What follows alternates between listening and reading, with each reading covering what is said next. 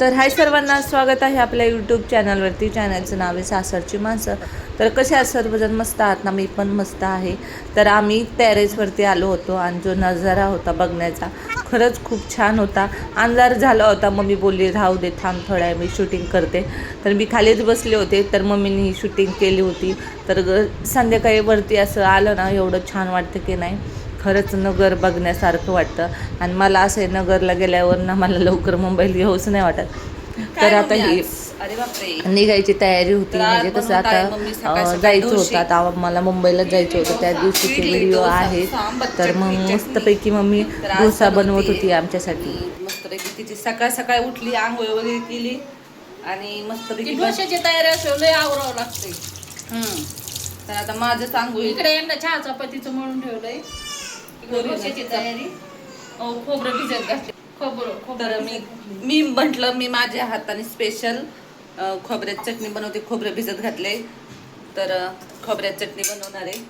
तर भाऊला खायची इडली आणि पुरीला खायचा डोसा. प्रत्येकाच्या वेगवेगळ्या आवडी निवडी आहेत. इडली नाही बनवणार, आता डोसाच होणार. बरं ठीक आहे, जे बनवा ते बनवा, लवकर नाश्ता द्या. तर आज आहे रविवार, सुट्टीचा वार. त्याच्यामुळे स्पेशल झालंच पाहिजे.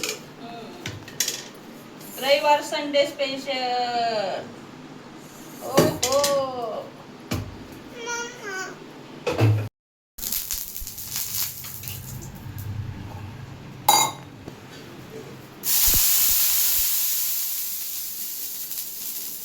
आता मला चटणी लवकर बनावं लागेल.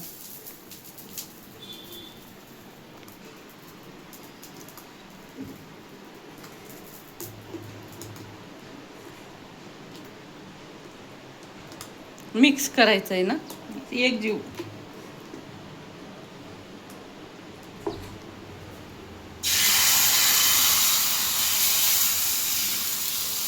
मस्त जाळीदार येते ते लगेच.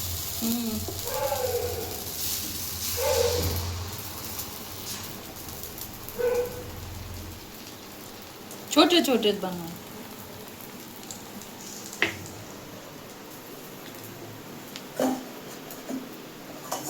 गरम गरम.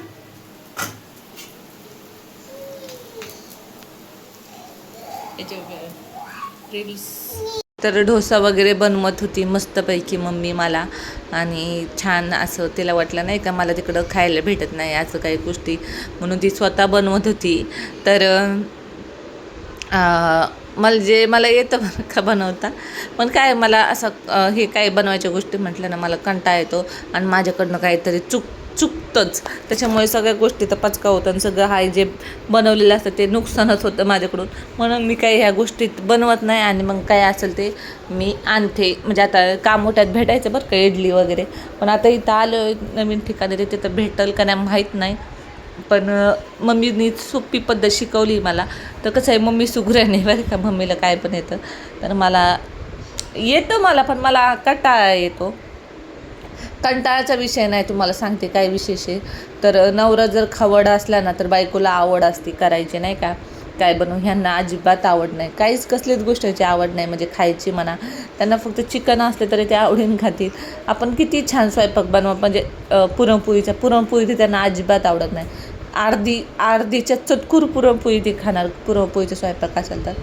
आणि आंब्याचा रस असेल तर आंब्याचा रस किती लोक आवडीने खातील, तरी ते आंब्याचा रस ज्यूस म्हणून पिते, त्यांचं असं आहे. म्हणून त्याच्यामुळे मी पण काय करते, खाण्याला शक्यतो टाळतेच त्यांना जेवायला काय बनवायचं म्हटल्यानंतर.